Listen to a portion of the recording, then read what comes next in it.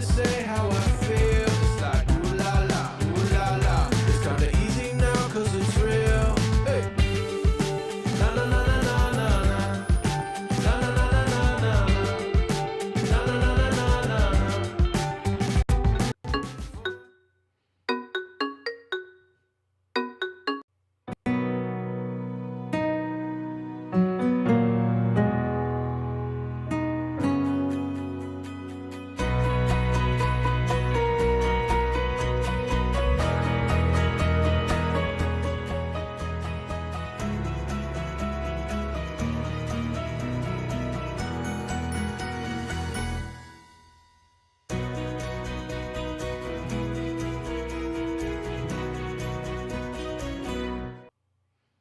Well, hi there. Just a sec. Where am I? Oops. I'm in the wrong spot. I forgot to put it on forward. Oh, I couldn't find my scene. Hi, everybody. How are you guys? Oh, my goodness. Tamara and Linda, welcome, welcome, welcome. You guys are living in my heart today. Very definitely. Tamara, your email brought me to tears, and your artwork is gorgeous, and I hope you're feeling better. Linda, you know that we are wrapping hugs from you. If we could wrap our arms around you, we would, but I know you feel our love coming to you. Anyway, we are here for Story and Art tonight, and it's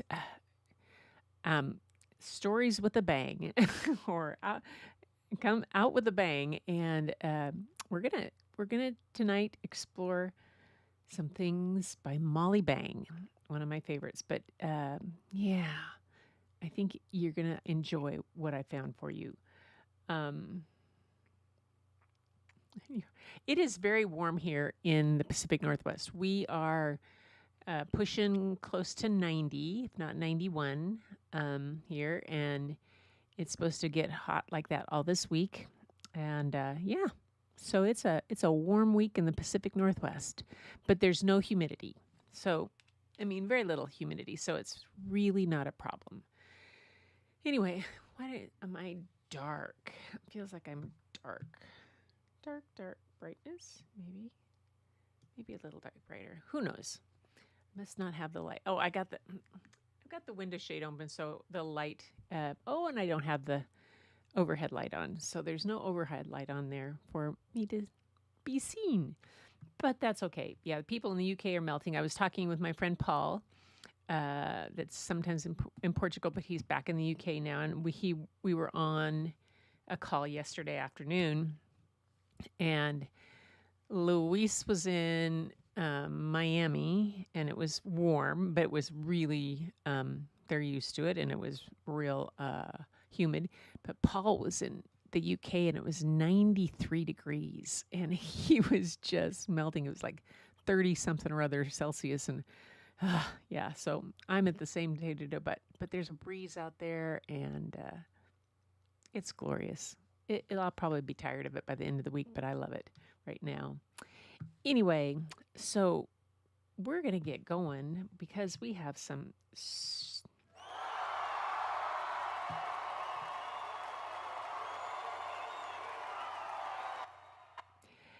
Yes, this is from Tamara.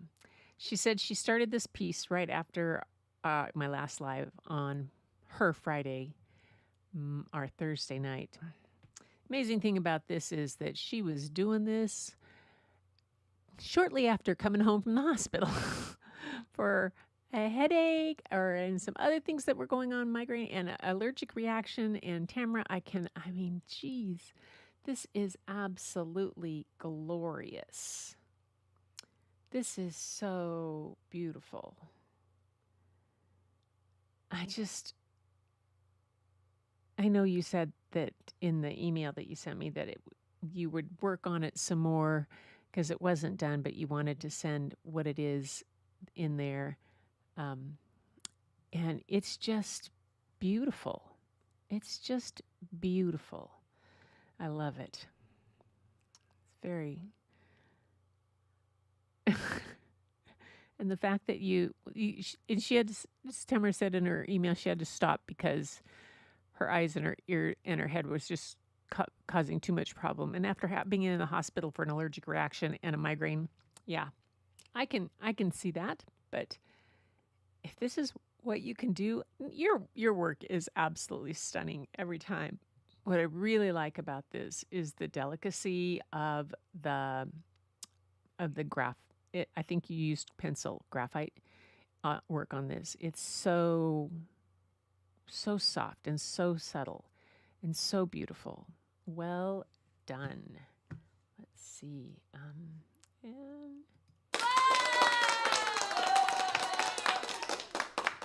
okay, so hang on. I have to move a couple things aside here to get to mine. And all right, horizontal first. So I told you guys that I was working on some new prints. When I went on the, oh shoot, I shouldn't have moved everything. When I went on the Gig Harbor Garden Tour with my sisters, this was one of the photos I took, and I did it in black and white. It's not an infrared. I was doing some macro practice and some macro work, and I had Bob's little M6 camera, which is not a lot of pixels to it, but it still worked really well. It had a good macro lens. Plus, I didn't want to carry my camera bag around or a big camera around because we were midday and it just is not the best light for photographing, but this worked really well for this. So that's that one that I did. And then we'll switch to the next. This. Hang on. Make sure I'm not muted. No, you can. Ooh. There we go. Okay. Nope, I don't need my phone. So in this, what it is, this is, I have a piece that I did quite some time ago called Release. And it is an abstract like this. It was done in the same place. And it is,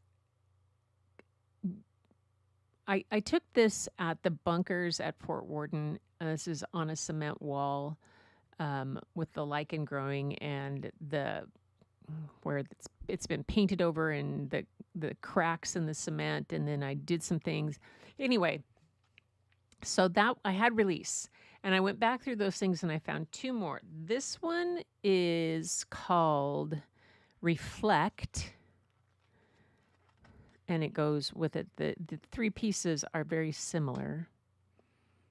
And then this one is called Recede. Because this one reminds me of a glacier receding here. It reminds me of the glacier up here in this area. And how they would recede and the water down below. So that one's Recede.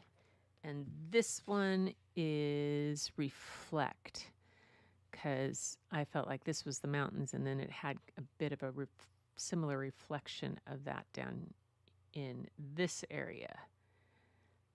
So those are my new pieces. Thank you. I'm glad you like them. You guys are the first to see them, other than Bob. So you're the first to see them. So pull this back. It's crooked for you because I was on a different thing. But yeah, so that one. Black and white is cool. I like.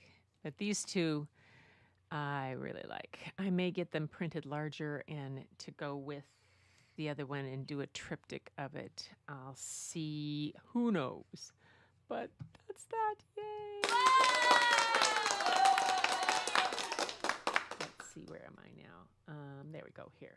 I got to get these off of here. Put them someplace safe. I tell you, I was I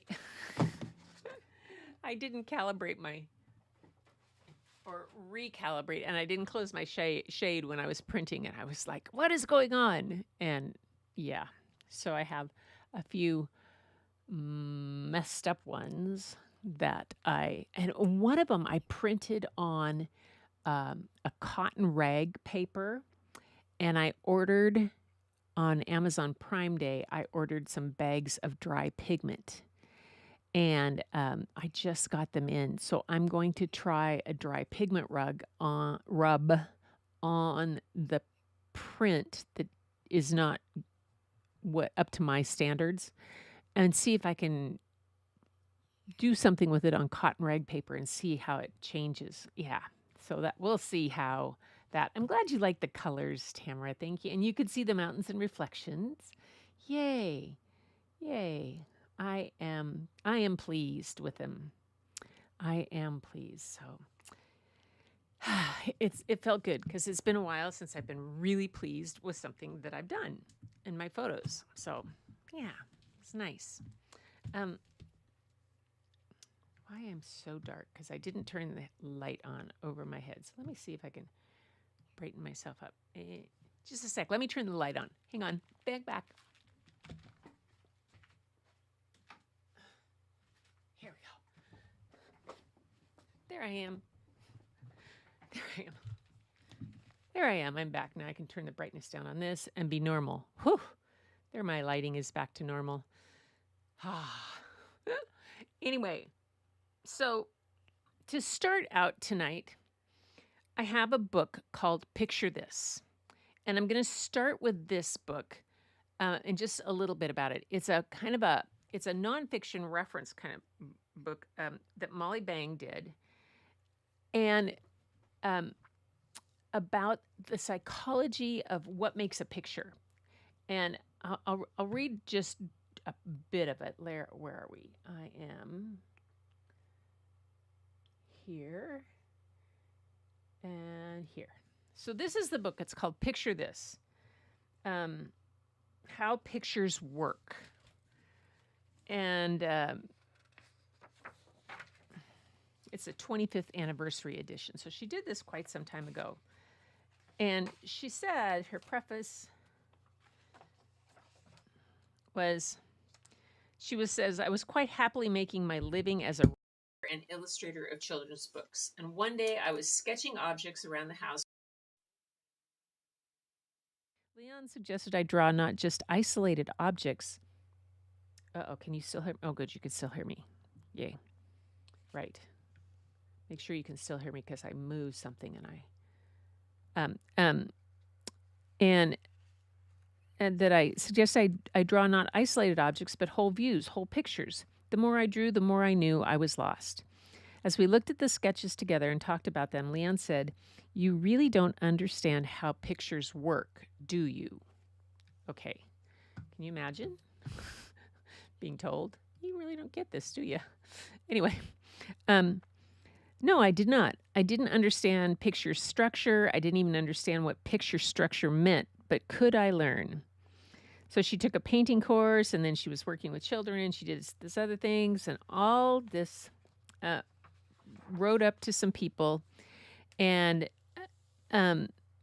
got through this whole thing. And it says, how does the structure of a picture or any visual art form affect our emotional response?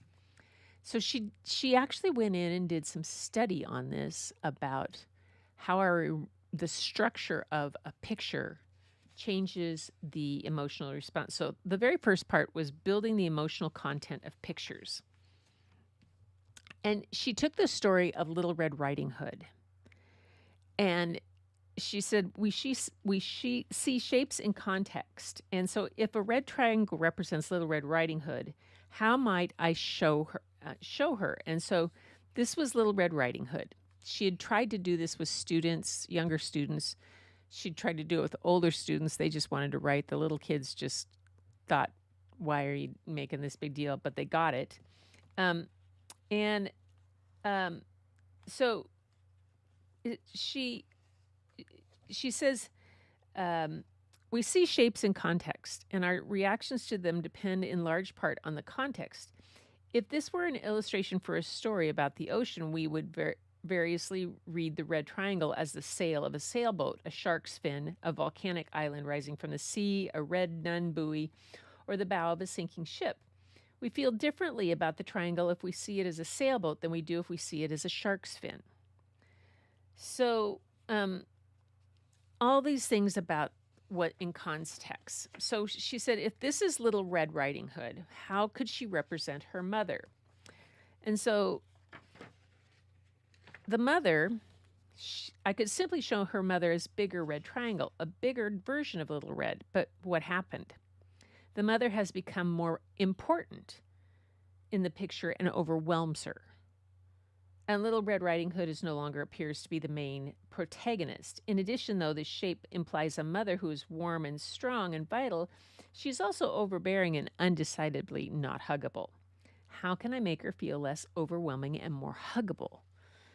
So then she kept a triangle-like shape, but smoothed off the edges and rounded off her corners. She does seem softer, but she still takes over the picture. How can I keep her large and but have Little Red have more prominence? So she changed the color. If I make her a pale color, she and her daughter are more equal in the pictures. Little Red Hood feels comparatively bold, active, and more interactive. How do you feel about the mother now? She seems huggable and stable, though less strong and less warm than before. So she did that. And then she said, here's the basket. I chose it black because I drew my attention and because it gave me the widest possibilities of range of feelings. So just by the placement, chartreuse would have been a better complement to the red, but it was too close to the purple in intensity and feeling. I also feel it would have added a really dark color to show the scary elements. I want to keep it simple as possible as I could and keep on track with where she was going. Now, so far, this is not the most moving or inspired picture that we've ever seen, she says, but it has some of the ways and shapes and colors. It also lays the groundwork for better understanding. And I'm going through all of this because after this, I'm going to read a story that Molly Bang wrote in which she implements, even just this first part that I'm going through, so much of how a picture is put together to relate the story. So here are the woods. So how do we make the woods? First, she wanted as simple as possible, so she made the woods more triangles, both long and pointed individuals scattered on the page, or fatter triangles on top of each other. So that was a possibility. But she thought that they might be confused with Little Red. So another way for the woods was to make them straight up and down. And these are long vertical rectangles of varying lengths and widths, which the context of this story represents branches and tree legs. Because we can't see their tops, the trees seem very tall. We are now deep in the midst of the woods, as Little Red would have to be. The trees will give the illusion of going back in space. So those that go back in space, because they're not touched down here, but they go all the way up. So this is when she said, I set the stage, then I began to feel more involved, and it was time for Little Red Riding Hood to make her entrance into the woods. So in she came. And here she is. I noticed how much I identified with her as she entered the picture, but the picture should be scarier than this, as these are woods in which the heroine will meet the wolf. I needed to imply some threat to her environment. I needed to construct a scarier setup before the introduction of the wolf. What can I do to Little Red Riding Hood, only to the triangle, to make the picture feel scarier? I could tip the triangle so it isn't so stable. I could cut off more of the trees, or I could make it smaller. The woods feel somewhat scarier here because proportionally larger to relation to the heroine. And then I can reduce Little Red Riding Hood more, and now the trees seem even bigger, and she looks and we feel even more overwhelmed by the situation. Also, I have to prepare for the fact that she will not stay alone in the middle of these trees. I need to make room for the wolf. So she had moved her up, and she felt disappointed by that, and she felt that it wasn't scary enough. So what she did was by making it tilting the trees and cutting off Little Red's perceived exit, she made it scarier by just changing the angle. She was trapped inside of a triangle. These diagonal lines added to that. All right?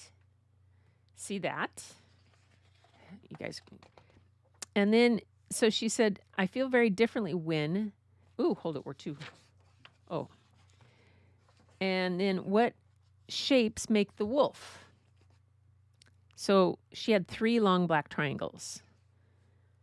Talked about why she felt that those were scary. I feel differently when the wolf is much smaller. The points are changed to curves. Or the wolf is made from a paler color.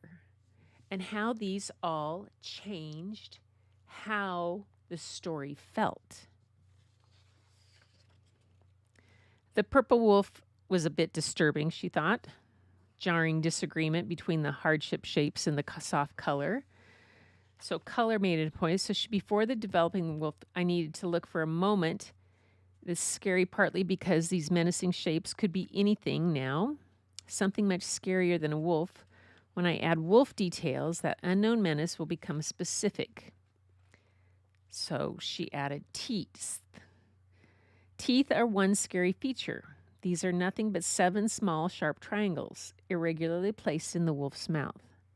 When we want a picture to feel scary, it's more effective to graphically exaggerate the scary aspects of the threat and of its environment than to represent them as closely to photographic reality as possible, because this is the way we feel things look.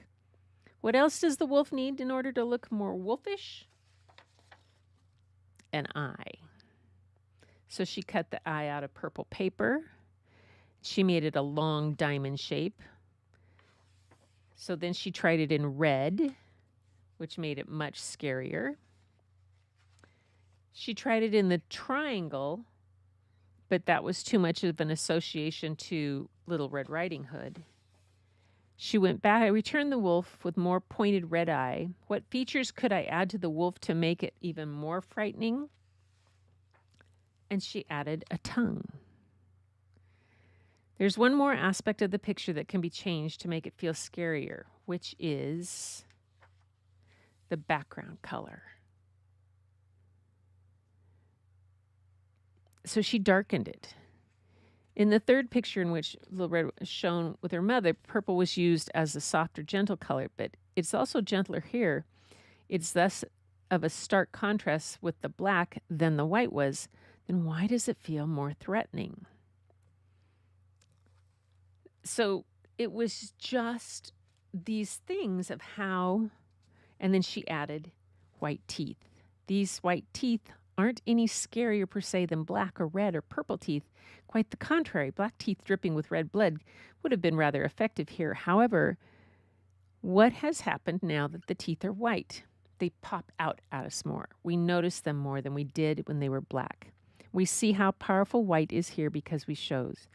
It says this picture is supposed to be scary because of its narrative content. A hungry wolf wants to eat a lone girl in the woods, but the picture was made to feel scary to the viewer because of the colors, shapes, sizes, and placement of the pieces that make up the picture.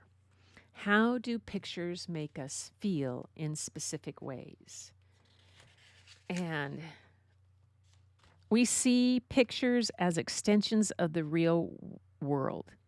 Pictures that affect us strongly use structural principles based on the way we have to react to the real world in order to survive. As soon as you understand these principles, you'll understand why pictures have such specific emotional effects. you'll understand how pictures work. Then she goes into the principles, which I'm not going to go into right now because that's not part of the story. Because, but I wanted to share this book with you guys because she's done just the research, and it's such, I did not know about this book, and I just sat down and read the first part, and I was like, oh my gosh, it helped me so much in my own understanding of art and of structure and of composition, all kinds of things, and I was like, this is fascinating. So now that you've seen how she, even in that first chapter of Picture This, what Molly Bang did with just the simple shapes and the colors of black and red and purple, and I added a little white, and just how varying things and moving them back and forth and what she did in their placement, how it helped to let you know how they feel. I pulled out a book that I think I've read before to you, but I wanted to read again because it is a incredible illustration of how the pictures and the placement of what's in the illustration can create a mood, a feeling, and how you can change that throughout a book or with the artwork. So the book I'm reading tonight is When Sophie Gets Angry. Really, really angry. Which I think I've read before, but it's the one I could find. I couldn't find any other ones at the library, but we'll just read this one tonight. Let me see. Where's my book? There it is. Yes, here she is. Oops, I forgot to do something here. Let me pull something up front. I got to bring this over here. There we go. When Sophie Gets Angry, really, really angry, by Molly Bang.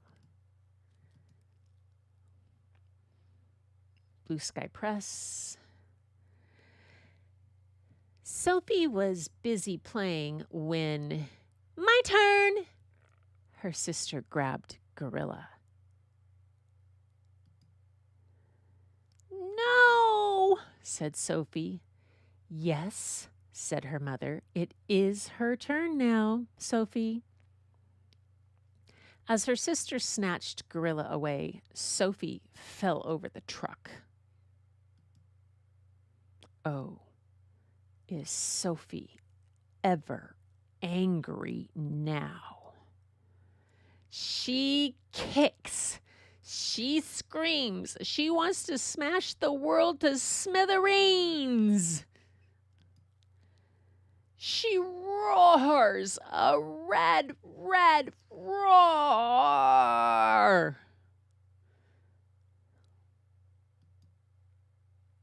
Sophie is a volcano ready to explode.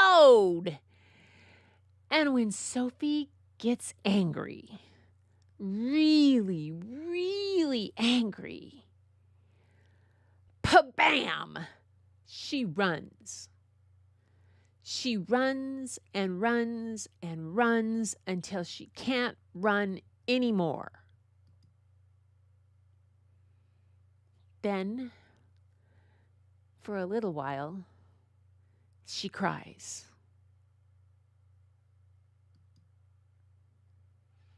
Now she sees the rocks, the trees, the ferns. She hears a bird. Tweet. She comes to the old beech tree. She climbs. She feels the breeze blow her hair. She watches the water and the waves. The wide world comforts her.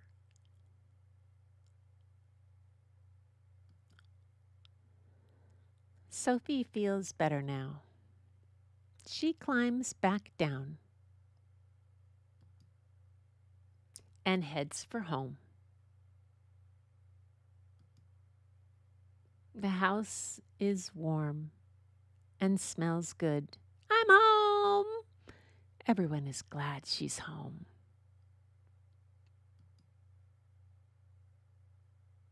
Everything's back together again.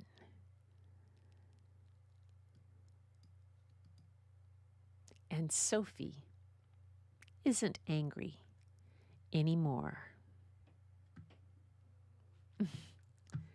It is. The way she has done this, like this one, the wide world, how open, how the tree goes on, it doesn't end. You don't see the top of the tree. But the expanse of the sky and how small she is compared to the branches in the tree and everything that's out there.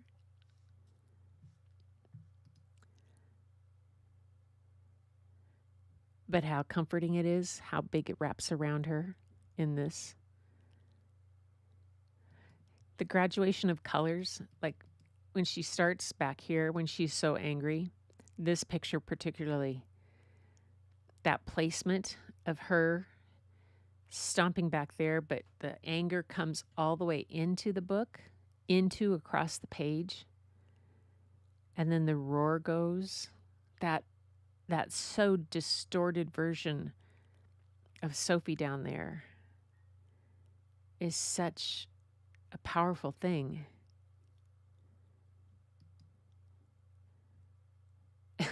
And the volcano ready to explode.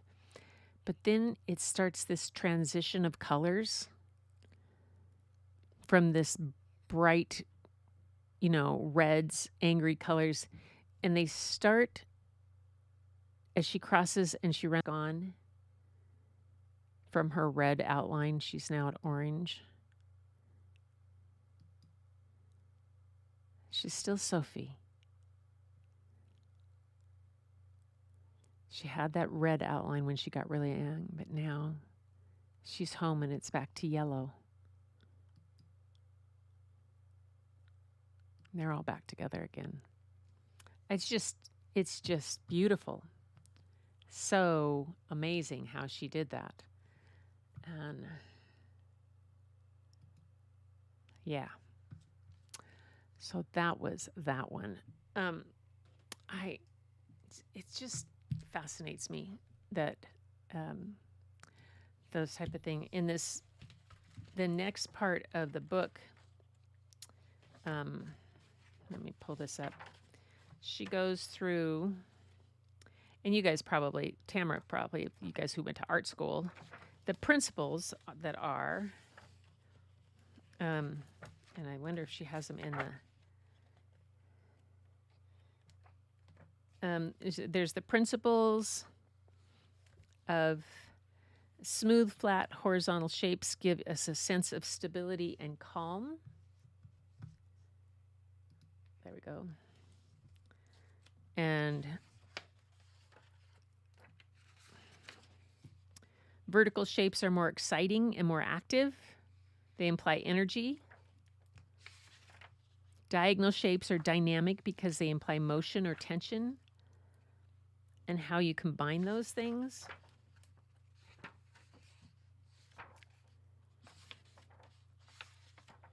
Upper half of a picture is a place of freedom, happiness, and power. Objects placed in the top half often feel more spiritual. The bottom half of a picture feels more threatened, heavier, sadder, or constrained. Objects placed in the bottom half also feel more grounded. So she goes through this. She says these concepts are used not one by one, but always in combination and always in some context. The center of the page is the most effective center of attention. It is a point of great attraction. And the edges and corners of the picture are edges and corners of the picture world. She has some more about white and light backgrounds feel safer to us than dark backgrounds. We feel more scared looking at pointed shapes. We feel more secure and comfort looking at rounded shapes. The larger an object in a picture, the stronger it feels. And we associate the same or similar color much worse than we associate with other similar shapes. Goes on and on. This is just, it's an amazing book. Then it gets to, here we go. From intent to execution.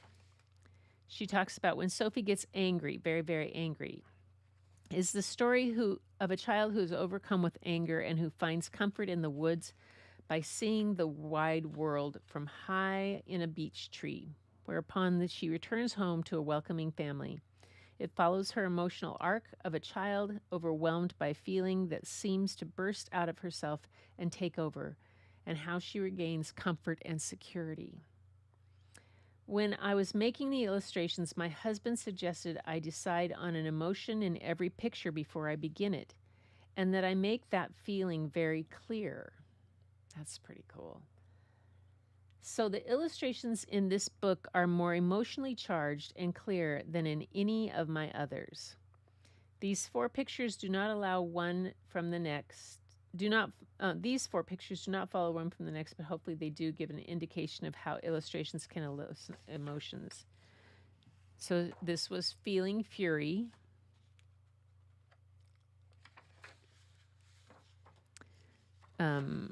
This was Feeling Sadness.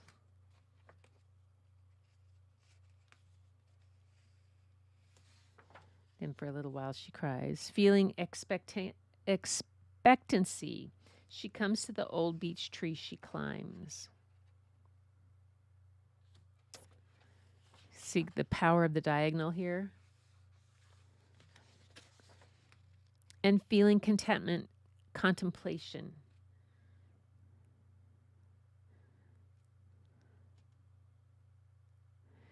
Sophie is a stable little rounded triangle sitting just below the midline of the left-hand page and just about at the center of it, solidly centered.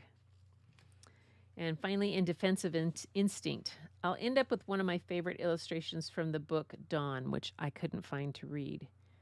I adapted the story from a Japanese folktale, The Crane Wife. In my version, a shipbuilder rescues a Canada goose, which unbeknownst to him returns as a woman, a weaver of sails. He marries her, and she gives birth to a daughter they name Dawn. She also weaves him a set of sails so soft and yet so strong, they call him the picture of steel. I'll have to find that one. So I made this image long before I wrote Picture This and before I understood its principles, and yet this remains a favorite image, and now I understand why. I won't try to deconstruct the picture, but as you look at it, see how the principles were used and how they affect your own feelings. So it's just another one of her things. And then she has, why is cut paper such an effective tool for exploring picture structure? So she goes on, she has bird and exercise in here. It's a great book. It's just a great book. When I'm ordering for myself, I'm finding it on a used bookshelf, and I'm going to order it because I think I just want to try some of the things. Anyway, so the colors are, yes. Now that you make these unconscious choices when you're shooting a subject. Yes. Yeah, I do make those unconscious choices. But what's really fun is to read this and see, to give a voice to it, to what I know. A lot of what I have is instinct, and yes, a lot of it was trained in me from my early photography teacher and whatnot. But it's still nice to understand what it is that makes a spot look like I'm looking for something and I know it's there. With these ideas in my head, it can remind me, oh, that's right. And I just like to be able to give voice to it. Plus, especially now that I'm doing hand art, drawing and making my birds and constructing things and doing some other stuff that are not photographs. Those I have to construct the picture of my own volition, and that's a whole different kind of thing. Taking the picture of what's out there in nature is I can take the picture that's already there and find it, but constructing it on paper for myself, that's Tamara's and your expertise. And yeah, you, Linda and Tamara can do that. I'm getting there. I'm getting there. Softens that are soothing. So that was my bit for tonight. My out with a bang story from Molly Bang. It had been a while since I'd read some of her things, and I always thought her work was so powerful. And it's just good to see this and to see what she went through to analyze this and how she went through it herself. And I just find it fascinating. So I wanted to share that with you guys. But that's it for story and art tonight, you guys. It's been a great night. We had beautiful artwork from Tamara. Linda, I know you won't be here Thursday. Our hearts are with you on your travels to for the celebration of life for your son. And we'll be with you in spirit for sure. And thinking of you at all times. Tamara, you get better, get healthier, take care. And everybody else who's listening to this, thank you for being here. If you enjoyed this, I hope you share it with somebody. And, maybe that'll fill their bucket. So until next time, everybody, keep looking for the beauty hidden in plain sight. It's all around you. But the first place you're going to find it is when you go look in your own mirror. And I'll see you on Thursday.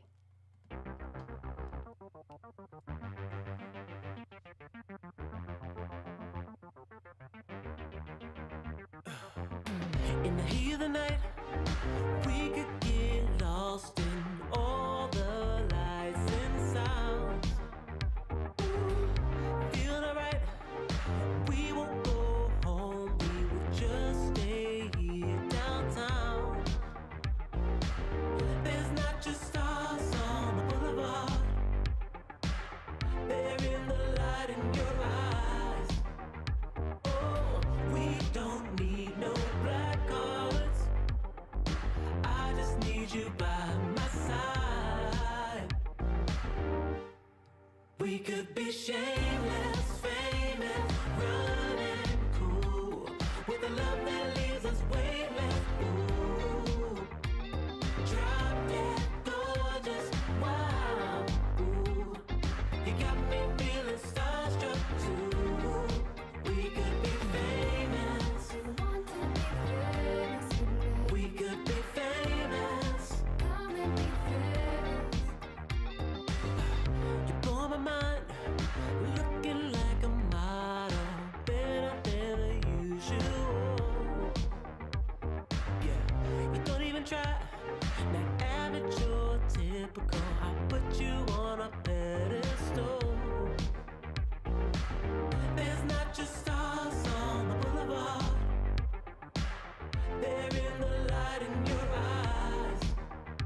Oh, we don't need no black cards, I just need you by my side.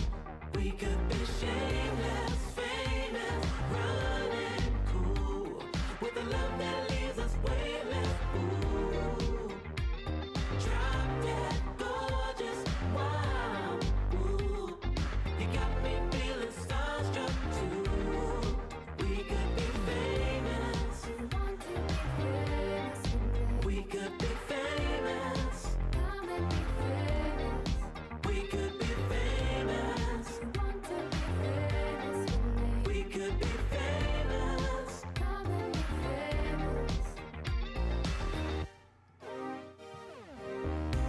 Night, everybody.